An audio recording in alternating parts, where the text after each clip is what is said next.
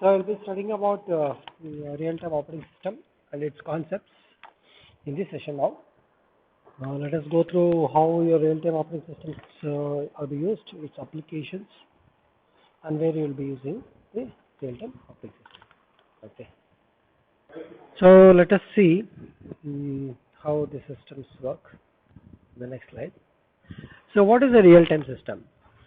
So real-time is a level of responsiveness that a user senses and sufficiently you can say called as a immediate or that can enable the computer to keep up with some external process that you can call it as. Okay, so what your real-time systems will do, the real-time describes the human rather than machine sense of a time, so that you have to remember what exactly it does, so how responsive it acts and how it can be done by the hardware, how it will react to the system's time rather than the human interface. Coming to the, if you call it as how can we classify this into a system. So when a computer system interacts with the external world, like it can be like a time frame defined by the external world. It depends upon what time it is going to execute at what instant of event. It can be of a particular event or it can be a time bound event. It can be of anything.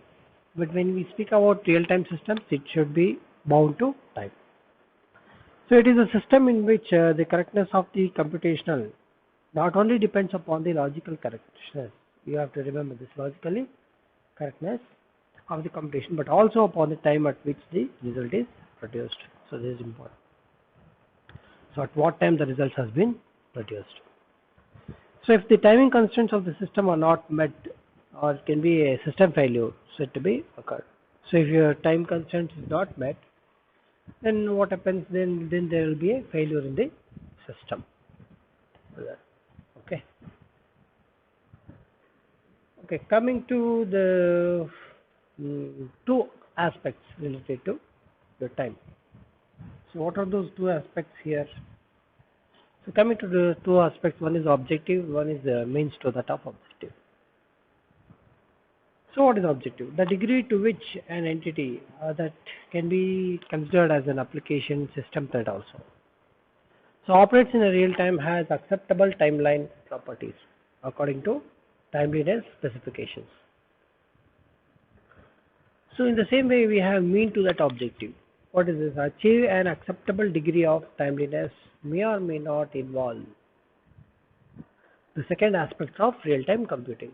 So usually we call it as a real-time resource management. So that resource management has to take care the time at which the resources are important to run in a particular time period. So what is exactly a RTOS? Why you call it an RTOS? So real-time operating systems is an operating system that guarantees a certain capability. So that can be within a specific time constraints. That can be with a specific time constraints. So an OS is a system program that provides an interface between application programs and the computer system. So what is that? An OS is a system program that provides an interface between the application programs and the computer system hardware. So that is the hardware. It interacts with the hardware. And the next is applications where dependability, that can a certain task will finish before a particular deadline is just obtained by the correct results. So what is that? The applications where dependability, that a certain task can finish before a particular deadline just obtain the correct results. So if you give it 10 microseconds or milliseconds for a particular task, if the task completes at the same duration, like 10 microseconds or milliseconds, then it's called as correct result. If it takes beyond that, then it will not be a correct result. So besides meeting deadlines, RTOs also be able to respond predictable to unpredictable events and process multiple events concurrently. So if you see here, It not only meets the deadline of your RTOs, but also should be able to correspond or to respond to a predictable to an unpredictable events. So there are some unpredictable events that keep care that also takes place in some of the events and the process multiple events which runs in an uncurrent. So a system application or it can be a computer or it can be operating system which operates in a real time to the degree that those of its actions which have time constraints are performed. That can be like with acceptable timelines. So that can be of acceptable timelines. So what is a system here? You can see a system can be nothing but an application or a computer or operating system that will be running in a real time for a degree for which an action has to be taken care. So a system in a real time, the degree that is employed, or we can call it as employs a real time resource management. So the resources are explicitly managed for the purpose of operating in a real time. So whenever you speak about a real time in a degree, so it also corresponds to the real time resource management, which is directly proportional to the system. So when we speak about the system operating in a real time, it needs some of the resources. So that has to be balanced by your real time resource management as well as hardware resource capability. So it has to take care whether the hardware is capable of handling those resources which are appropriate and which can balance between the real time resource as well as the hardware. So if hardware is not responding properly, then your real time systems will not work properly. So there should be a balance between the real time resource management as well as the hardware that you have to remember. Next is OS basics. So coming to your OS basics, there are four main tasks of OS. So one is let us see which are those. Process management. When I speak about process management, a process can be of any system like a program. Okay. So what a process will do, it can create the process. So whenever you need to start a particular process, it has to be created. So to create a process, the process management takes care how to create the process. And the same way, when the process is created, it has to be loaded onto the CPU. So who is taking care of this? Again, the process management comes into picture where it will loads the process into the CPU. Same way you have process execution control. So it executes some of the control for a process, like it may be a memory, it can be input, output, or whatever it is, which is responsible for the process to run correctly. So these things are controlled by your process management. So in the same way, you have interaction of a process with signal events. So when I want to control a particular signal from an external device, so this can be done by using this interaction of a process with signal events. This can be done. So whenever I speak about process interaction with the signal, so your process management should come into picture where it will interact with the process management, with the signal. So again, your process, what it will do, the process management, if it creates, loads and executes and interaction with the signals, it will do. But it also needs to monitor the process, whether it is running state. So whether it is in running state, whether it is in wait state, whether it is in execution state, whether it is in termination state, so there are so many things it has to be monitored. So this is monitored by your process management. So again, process management also takes care of how much CPU is allocation to be done for the particular process. If the process is too high, CPU load will increase. So how much process can be allocated to the CPU will also taken care by process management. So when the process is completed, that is called termination. So if the process has completed its work, it has to terminate. So when the process terminates, all its resources has to come back to its where it was taken back. So that has to be released. So this controls your process management. So next is inter-process communication. So when I speak about inter-process communication, it's the communication between the two process, or you can call it as two devices. So it can be, for example, let us take a pen drive. Okay, so you want to transfer some data from one pen drive to the hard disk.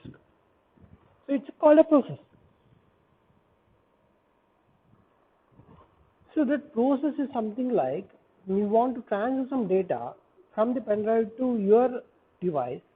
So there should be an inter-process communication that says, yeah, okay, you can transfer the data to hard disk. No, the data space is here so much. So if you want to transfer 6 GB of data, so it will see to it the destination has 6 GB of data free. So that synchronization coordination should be there between the external device and the internal device. So that is controlled by your inter-process communication. And it also need to see that there should not be any deadlock. If there is a deadlock in the system, it has to detect.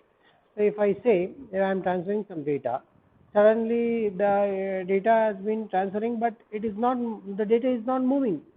Let us say I want to transfer 10 GB of data. So after 5 to 6 GB, the system is not responding. So if the system is not responding, it should not go to, or what do you say, deadlock. That means infinite loop. So I cannot do other work. The CPU goes to idle state, or it can go to the same process which is trying to transfer the data from source to destination. So this should not occur. So this should be taken care by your inter-process communication. So next is process protection. So when I speak about process protection, so what process I am going to use and how I am going to protect it. It can be of a data from any device. It can be of data coming from a source device, or it can be coming from a destination device. So that process protection should be there. So it should not transfer any virus into the system. So there are so many things which comes into picture. So data exchange mechanism should also be there. So how much data should be transferred, how much data has already transferred. So there should be a synchronization between these two. So that is controlled. Everything is controlled by inter-process communication. So coming to memory management, it's very easy here. It's very, what it does, memory management will see. It can create, it will responsible for creating a file. A user can create or a system can create. It will create a file. It also can, if you want to delete a file, you can have the access to delete a file. And it also takes care some of the files to be protected, like your system files. You don't want to delete those files, means you can have a protection that is controlled by your system. So that is, everything is controlled by your memory management. Okay. Coming to input output. So when it comes to input output management here, so what input output management will do? It handles certain requests and release some of the subroutine for a variety of purposes. Like it can be a read, write, and responsiveness of a program. So what it does, we want to handle some of the requests. It can be like interrupt also. I want to request from a device. So that device has to request some data, or it can access to a process. So that should be managed by your input output management. So that will be responsible for releasing or accessing a particular data, or you can call it as subroutine for a variety of peripherals. So those peripherals can be written or can be read from a device. So that also can be controlled by a process or a program. So if I say, if I have a disk, I want to check the disk for an error. So I will run a program. That program, what it does, it will take care the system data and it will check whether there is an error in the disk. If there is an error, it will reallocate some data where the disk sector may be problem. If there is a disk sector problem, try to understand. If there is a disk sector problem, you want to move the data. So you can move the data from one place to the other place of a sector. or we can call it as a block, a small memory block. You can do it by using a responsiveness of a program or the program which is responsible for collecting and reallocating the data. So coming to your types of RTOs. So there are so many types, but here in real-time operating system we have hard real-time and soft real-time. Usually we speak about real-time operating systems, means there will be only two things in mind to everyone. One is hard real-time and one more is soft real-time. So what is hard real-time system? If it has a hard deadline for a completion of an action, meaning that the deadline must always be met, otherwise the task has failed. If I say, as already I given an example here, so 10 milliseconds or 10 microseconds, if you take, if you are running in a hard real-time system on a vehicle, four-wheel vehicle, if ABS, let us take an ABS. So if I put a brake, your system has to respond to it in a hard real time.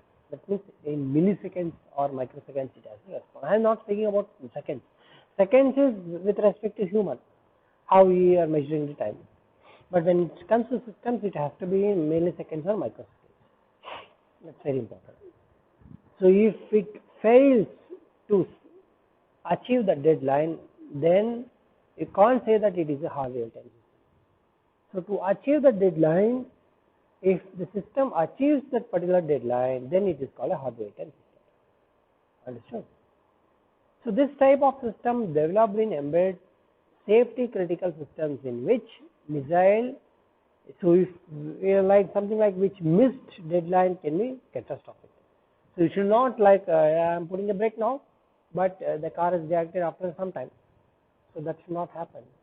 So you may it's something like car may be in a car may be crashed or it can be in an accident zone. It's called catastrophic. It can be of anything. So coming to an example here.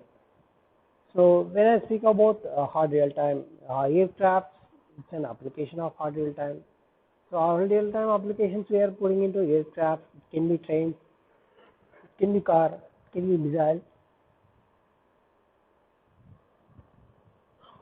and also it can be of your nuclear reactors and control systems. So those are the examples. Coming to your soft real time system. So in a soft real time systems, if you say soft real time by default, it's called not an hard real time. It's opposite of a soft real time. So soft real time is always opposite to your hard real time. It doesn't need a particular deadline. So if I say I am clicking, I am just using my PC. I am just using my mouse to open a particular file, or it may be a desktop or a program. At the first day it may open for 1 second or less than 1 second. Prolonged usage of the system because of data accumulation and the memory usage, your system may respond little bit later, it will be more.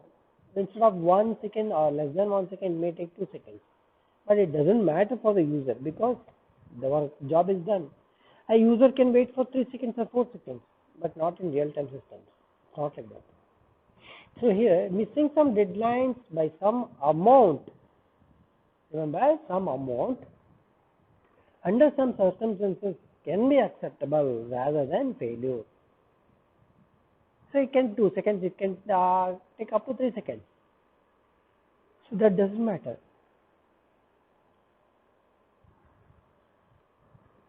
So when I speak about in the system, there is usually a rising cost associated with data analysis. So usually when I speak about the real-time systems, if I hard real-time systems, much more costlier than soft real-time systems.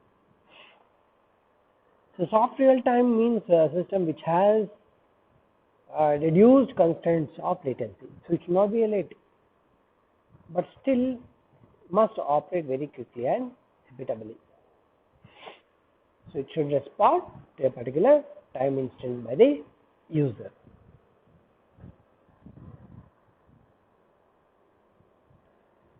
What is the architecture of AutoOS? How it looks like? So architecture of AutoOS, if you see, the basic architecture of multitasking AutoOS includes some of things, these things, very primary things, a program interface, the kernel, a device driver, and some of these services that's called as optional services. So what your kernel will do? So usually when I speak about kernels, these are called which handle some of the instance, like an interrupt handler, or it can be like a task scheduler, or it can be like sharing flags, and some of the memory management. So how easily it will handle the interrupts is important. How fast it can handle the interrupts is important. So when a task is scheduled, the kernel should take care of the task when it has to be scheduled and when it has to run. That is important. So that is task scheduler. And next is primary function. To process interrupt that external and internal event can cause. So the process interrupts can be like it can be of the external or interrupt events. So primary function is to take care of those internal or external interrupts which are kind into the system through the hardware, external hardware. So that is the primary function of that. What scheduler will do here? That sets up the order of execution of your application codes. So which has to be run first, which has to be run in the middle, which has to be run in the last, so on. So each and everything should be kept in a scheduler. Here are some of the block diagram you can see. Device drivers will take care of your disk. It can some miscellaneous devices like your printer or scanner or whatever it is. It can also control a network and some of the parallel and serial communication from the devices like your USB and all. So kernel services will also take care some of the interrupt like interrupt dispatcher, logical and characteristics IO like file management also is taken care, like memory management, interprocess communication is also taken care, scheduling, real-time clock, loader. There are so many things which a kernel services holds, which are responsible for taking care of this. And some of the networking files are taken care by your networking unit for remote calls and all, for streaming the information. So all this information is connected to the user by your GUI. So that is nothing but your graphical user interface. So that is responsible for this. Some of the requirement for good AutoOS. So what is that? Multitask capability, short interrupt latency, fast context switching. So what multitask capability will do? A RTL is nothing but a real-time application is divided into multiple tasks. So why we do this multiple task is, I don't want to keep my CPU in an idle state. So if you don't want to keep the CPU in idle state, you can just run a particular real-time in a different stages. It's called multitasking. So you can split a big process and split that, and you can give that to the CPU. That's called multitasking. So what is short interrupt latency? So if you see, if the latency is short means the system execution is fast, its response is fast. So here it will take few things, like it can be a hardware and how much current execution of the instruction and time required to execute a code and how your device is handling is very important. So latency is referred by these three. You can see here interrupt latency is nothing but hardware delay to get interrupt signal to the process. It's one time delay, and plus addition to this there is a time to complete the current instruction, how much time it has taken to finish that instruction, plus, and one more is time executing system code in preparation for transferring execution to the device interrupt handler. So this is one more time. Same way you have fast context switch. So what it does, the time between the OS recognizes the wait event has arrived and the beginning of the wait task is called context switch. This is nothing but the dispatch latency between the two processes where the event has arrived. So when it has arrived, when it is going to finish, and when it is going to switching between the arrival of an event is called fast context switching. So this switching should be have a minimal time duration. So next is control of memory management. So what control of memory management do here? An OS should provide a way for task to lock its code and data into real memory so that it can guarantee predictable responsible to an interrupt. So how much it provides and when it has to be locked and when the real-time data should be guaranteed of data movement from a memory should be considered. So how your proper scheduling is done? So when it comes to proper scheduling, your OS must provide facility to schedule properly. Some of the time constraints should also be considered for a task. So that should be properly scheduled. So when the first task should be scheduled, the next task should be scheduled. This is taken care by this. Finally, granular time services should be like previous. You can say that the study of 10 and 10 microseconds, milliseconds, and microseconds. Sometimes some systems needs in milliseconds, sometimes some systems needs in microseconds. So this should be controlled by some timer services. That is called granularity. Granularity should be there. Granularity services should be there means depend upon the type of service the time has to be analyzed and has to be given to the system. So what is a rich set of inter-task communication mechanism will do? It's something like you want to communicate between the two systems, or two systems has to communicate with each other with some message queues. So how much memory has to be shared, that has to be taken care by the task communication. And even the synchronization, how much synchronization and how semaphores are handled should be handled by the intercommunication mechanism. So lastly, the fundamental RTOS capability. So what RTOS capability will do here? So what RTOS vendors should do? So RTOS vendors should provide worst case execution time for all time of your OS routines. So it's something like if the system has to respond within 10 microseconds, your system worst case means your system should take and should respond within 8 microseconds. So it should not take up to 10 microseconds. That's the worst case.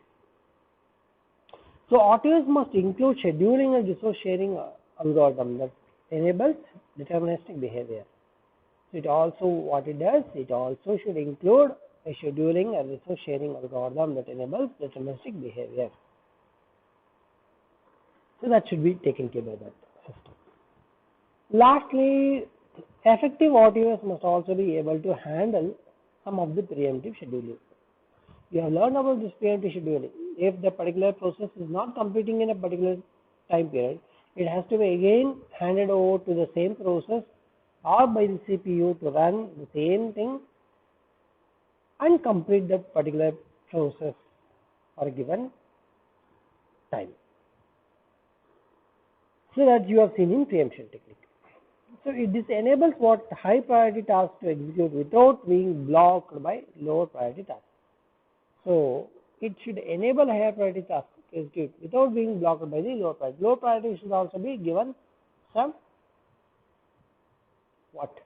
a priority, so that lower priority should not be neglected by the user. Okay, so that's important. So coming to your revision class, let us see how your RTO system works, how exactly the system is used, and how you can take care of the system, where you will be applying this RTO systems, and what are the uses of RTO system. So let us revise once again. So if you have any doubts, you can ask. Okay. Yeah. Thank you. Let us start with this RTO revision class. If you have any doubts, you can again call. Okay. Yeah. So I will be studying about real-time operating system and its concepts in this session now. Now let us go through how your real-time operating systems are be used, its applications, and where you will be using the real-time operating system. Okay.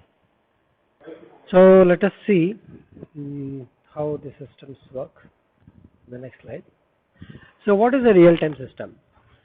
So real-time is a level of responsiveness that a user senses and sufficiently you can say called as a immediate or that can enable the computer to keep up with some external process that you can call it as. Okay. So what your real-time systems will do? The real-time describes a human rather than machine sense of a time. So that you have to remember what exactly it does. So how responsive it acts and how it can be done by the hardware. How it will react to the system's time rather than the human interface. Coming to the, if you call it as how it can be classified this into a system. So when a computer system interacts with the external world, like it can be like a time frame defined by the external world. It depends upon what time it is going to execute at what instant of event. It can be of a particular event or it can be a time bound event. It can be of anything. But when we speak about real-time systems, it should be bound to time. So it is a system in which the correctness of the computational not only depends upon the logical correctness, you have to remember this logically correctness of the computation, but also upon the time at which the result is produced. So this is important. So at what time the results has been produced. So if the timing constraints of the system are not met, or it can be a system failure said to be occurred. So if your time constraint is not met, then what happens? Then there will be a failure in the system. Okay. Okay. Coming to the two aspects related to the time. So what are those two aspects here? So coming to the two aspects, one is objective, one is the means to that of objective. So what is objective? The degree to which an entity that can be considered as an application system thread also. So operates in a real time has acceptable timeline properties according to timeliness specifications. So in the same way we have mean to that objective. What is this? Achieve an acceptable degree of timeliness may or may not involve the second aspect of real-time computing. So usually we call it as a real-time resource management. So that resource management has to take care the time at which the resources are important to run in a particular time period. So what is exactly a RTOS? Why you call it an RTOS? So real-time operating systems is an operating system that guarantees a certain capability. So that can be within a specific time constraints. That can be with a specific time constraints. So an OS is a system program that provides an interface between application programs and the computer system. So what is that? An OS is a system program that provides an interface between the application programs and the computer system hardware. So that is the hardware. It interacts with the hardware. And the next is applications where dependability, that can a certain task will finish before a particular deadline is just obtained by the correct results. So what is that? The applications where dependability that a certain task can finish before a particular deadline just obtain the correct results. So if you give it 10 microseconds or milliseconds for a particular task, if the task completes at the same duration, like 10 microseconds or milliseconds, then it's called as correct result. If it takes beyond that, then it will not be a correct result. So besides meeting deadlines, RTOs also be able to respond predictable to unpredictable events and process multiple events concurrently. So if you see here, it not only meets the deadline of your RTOs, but also should be able to correspond or to respond to a predictable to unpredictable events. So there are some unpredictable events that keep care. It also takes place in some of the events and the process multiple events which runs in an concurrent. So a system application or it can be a computer or it can be operating system which operates in a real time to the degree that those of its actions which have time constraints are performed. That can be like with acceptable timelines. So that can be of acceptable timelines. So what is a system here? You can see a system can be nothing but an application or a computer or operating system that will be running in a real time for a degree for which an action has to be taken care. So a system in a real time, the degree that is employed, or we can call it as employs a real time resource management. So the resources are explicitly managed for the purpose of operating in a real time. So whenever you speak about a real time in a degree, so it also corresponds to the real time resource management, which is directly proportional to the system. So when we speak about the system operating in a real time, it needs some of the resources. So that has to be balanced by your real time resource management as well as hardware resource capability. So it has to take care whether the hardware is capable of handling those resources which are appropriate and which can balance between the real time resource as well as the hardware. So if hardware is not responding properly, then your real time systems will not work properly. So there should be a balance between the real time resource management as well as the hardware that you have to remember. Next is OS basics. So coming to your OS basics, there are four main tasks of OS. So one is let us see which are those. Process management. When I speak about process management, a process can be of any system like a program. Okay. So what a process will do, it can create the process. So whenever you need to start a particular process, it has to be created. So to create a process, the process management takes care how to create the process.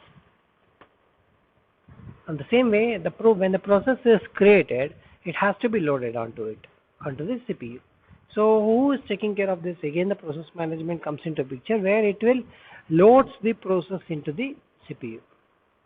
Same way you have process execution control.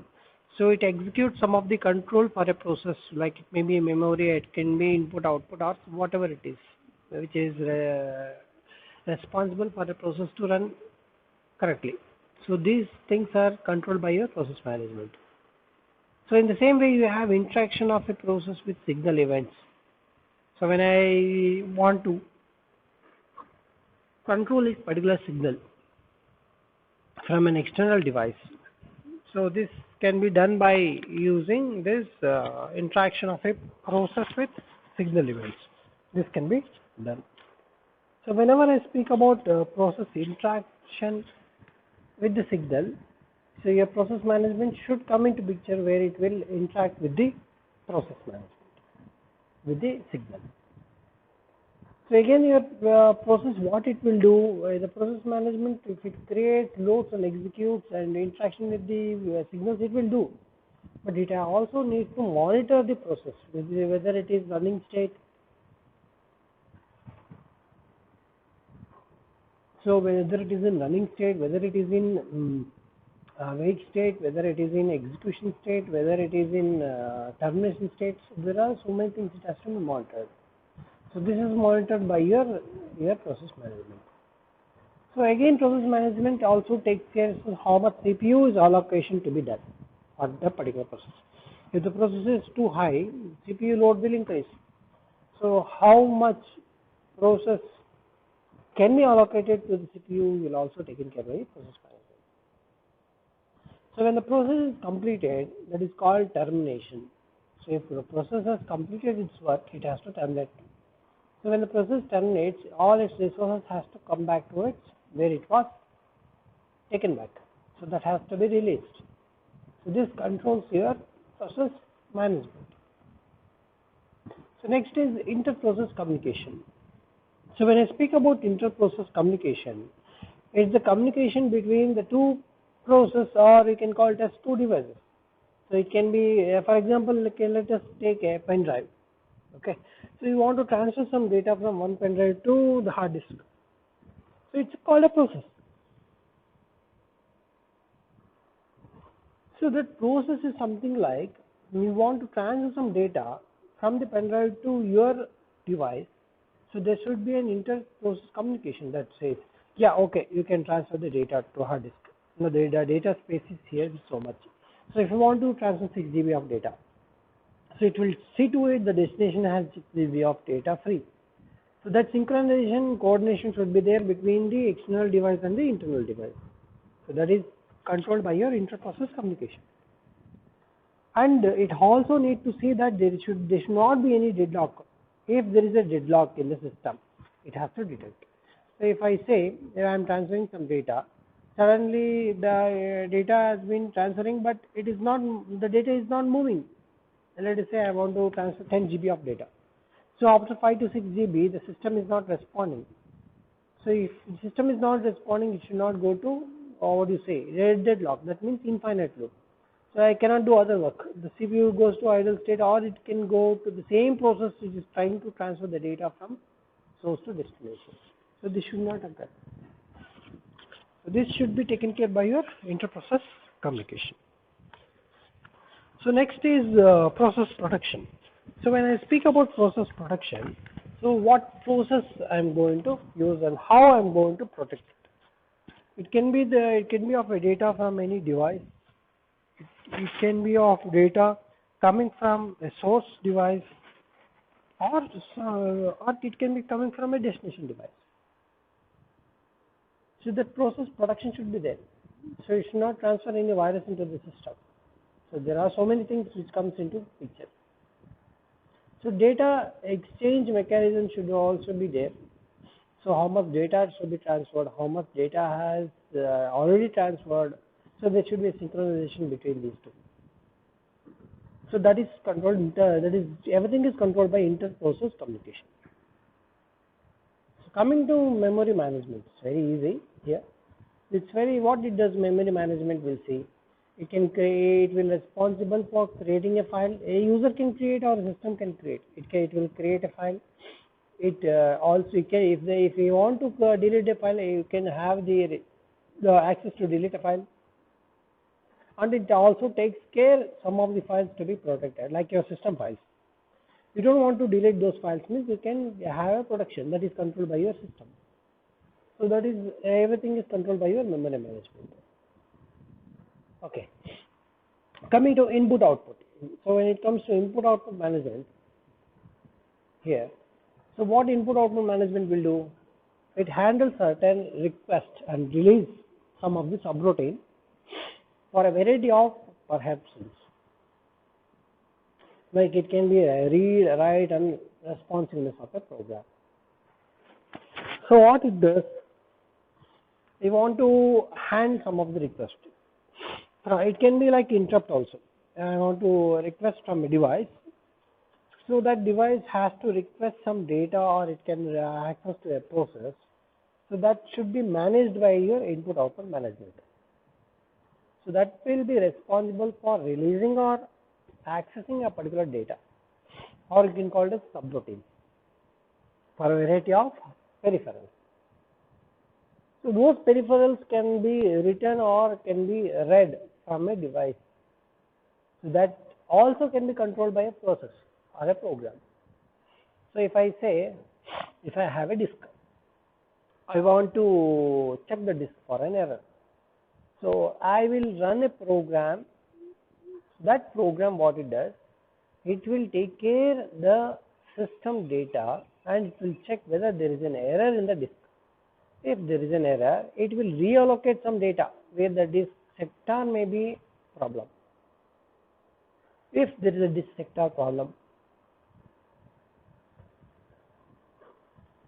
try to understand. If there is a disk sector problem, you want to move the data. So you can move the data from one place to the other place of a sector, or we can call it as a block, a small memory block. You can do it by using a responsiveness of a program, or the program which is responsible for collecting and reallocating the data. So coming to your types of RTOs. So there are so many types, but here in real-time operating system we have hard real-time and soft real-time. Usually we speak about real-time operating systems, means there will be only two things in mind to everyone. One is hard real-time and one more is soft real-time. So what is hard real-time systems? If it has a hard deadline for a completion of an action, meaning that the deadline must always be met, otherwise the task has failed. If I say, as already I given an example here, so 10 milliseconds or 10 microseconds, if you take, if you are running in a hard real-time system on a vehicle, four-wheel vehicle, if ABS, let us take an ABS. So if I put a brake, your system has to respond to it in a hard real time. That means in milliseconds or microseconds it has to respond. I am not speaking about seconds. Seconds is with respect to human, how we are measuring the time. But when it comes to systems, it has to be in milliseconds or microseconds. That's very important. So if it fails to achieve the deadline, then you can't say that it is a hard real time system. So to achieve the deadline, if the system achieves that particular deadline, then it is called a hard real time system. Understood? So this type of system developed in embedded safety critical systems in which missile, so if like something like which missed deadline can be catastrophic. So you should not like I am putting a brake now, but the car is reacted after some time. So that should not happen. So you may it's something like car may be in a car may be crashed or it can be in an accident zone. It's called catastrophic. It can be of anything. So coming to an example here. So when I speak about hard real time aircraft, it's an application of hard real time. So hard real time applications we are putting into aircraft. It can be trains, it can be car, it can be missile, and also it can be of your nuclear reactors and control systems. So those are the examples. Coming to your soft real time system. So in a soft real time systems, if you say soft real time by default, it's called not an hard real time. It's opposite of a soft real time. So soft real time is always opposite to your hard real time. It doesn't need a particular deadline. So if I say I am clicking, I am just using my PC. I am just using my mouse to open a particular file, or maybe a desktop or a program. At the first day it may open for 1 second or less than 1 second. Prolonged usage of the system because of data accumulation and the memory usage, your system may respond little bit later, little bit more. Instead of 1 second or less than 1 second, it may take 2 seconds. But it doesn't matter for the user because the job is done. A user can wait for 3 seconds or 4 seconds, but not in real time systems. It's not like that. So here missing some deadlines by some amount, remember some amount, under some circumstances can be acceptable rather than failure. So it can 2 seconds, it can take up to 3 seconds. So that doesn't matter.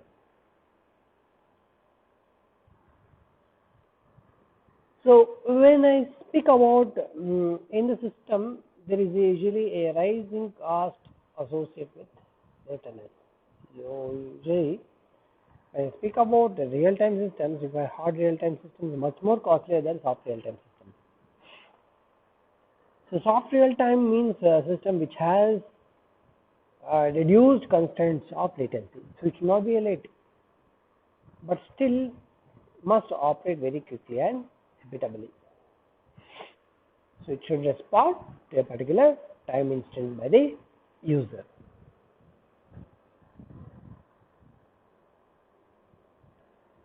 So what is the architecture of RTOS? How it looks like?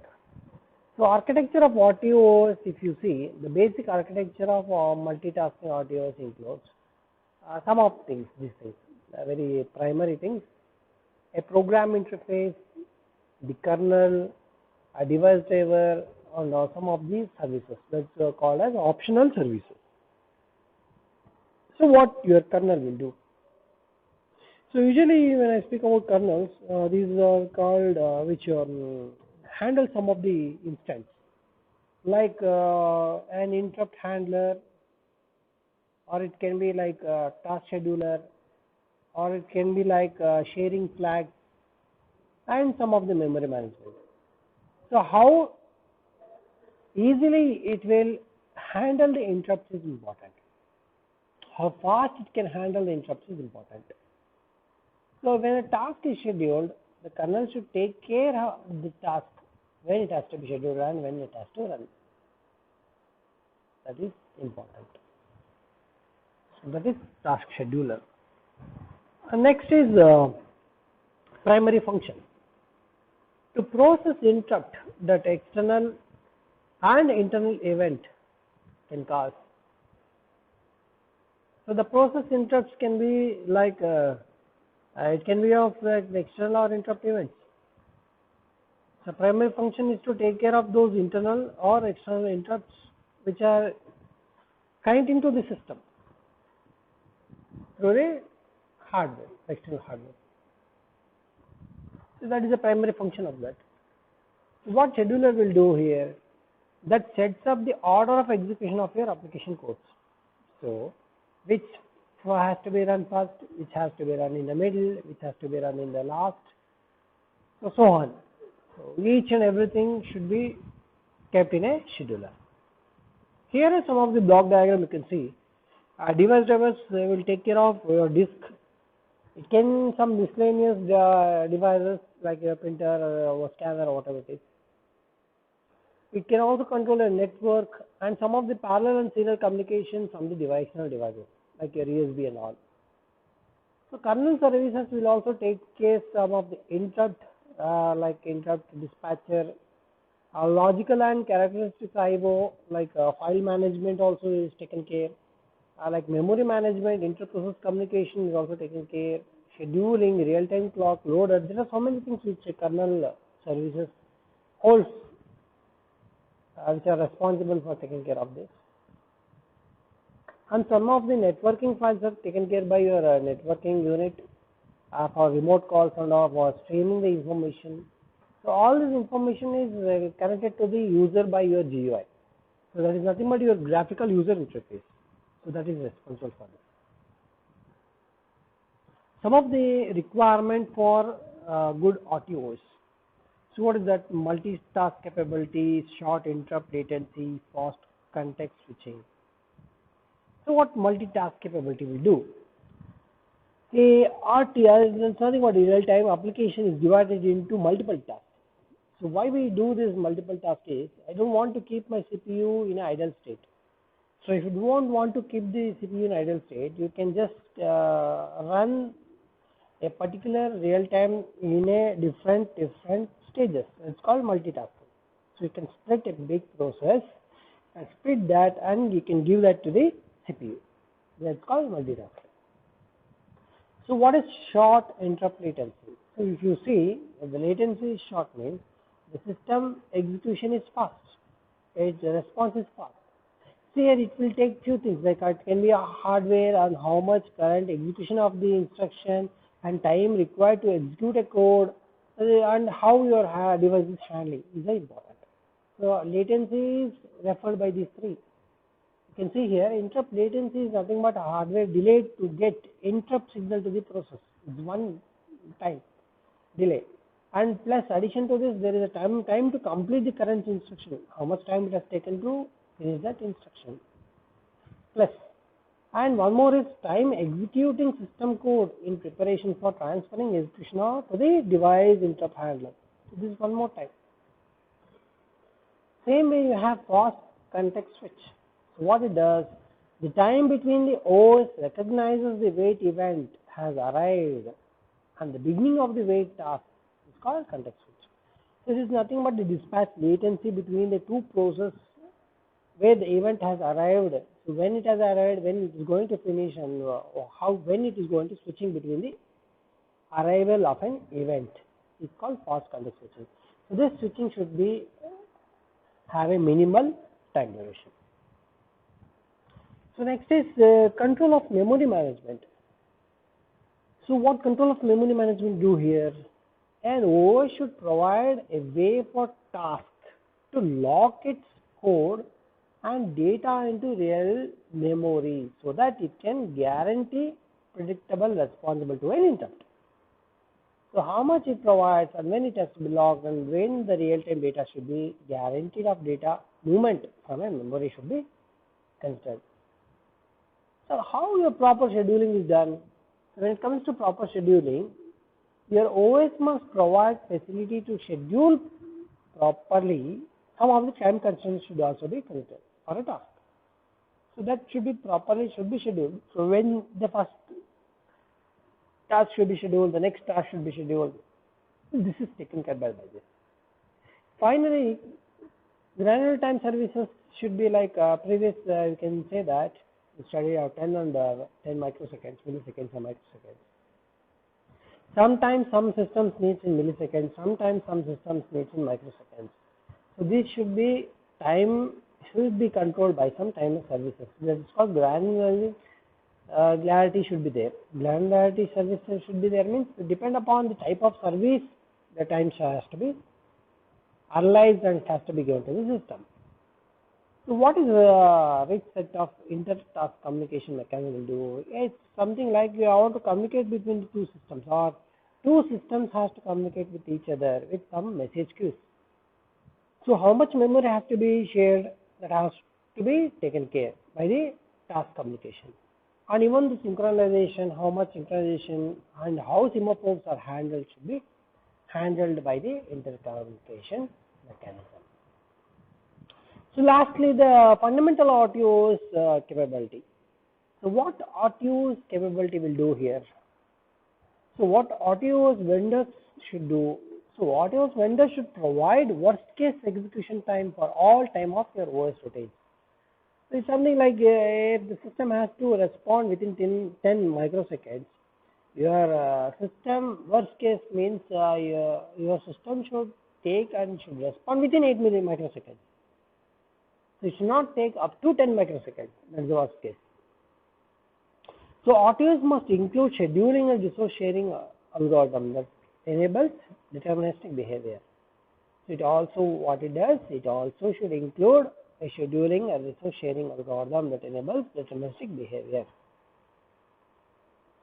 So that should be taken care by that system. Lastly, effective RTOS must also be able to handle some of the preemptive scheduling.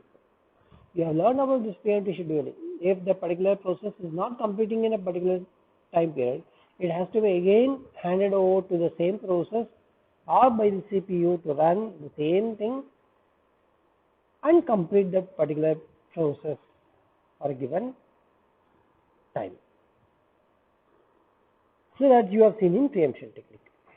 So this enables what high priority tasks to execute without being blocked by lower priority tasks. So it should enable higher priority tasks to execute without being blocked by the lower priority. Lower priority should also be given some a priority, so that lower priority should not be neglected by the user. Okay. So thank you all. So you have understood with the real-time operating system how it will be working and what is the difference between real-time and normal operating systems, and what are the applications of your real-time systems, where you will be using it, how essential the deadline should be handed over, how preemption technique should be taken care by the real-time operating system, how your higher priorities and lower priorities should be handled in the RTOS. Those things you have learned today. So if you have any queries, you can just send me a message. I'll answer to it. Okay. Thank you all.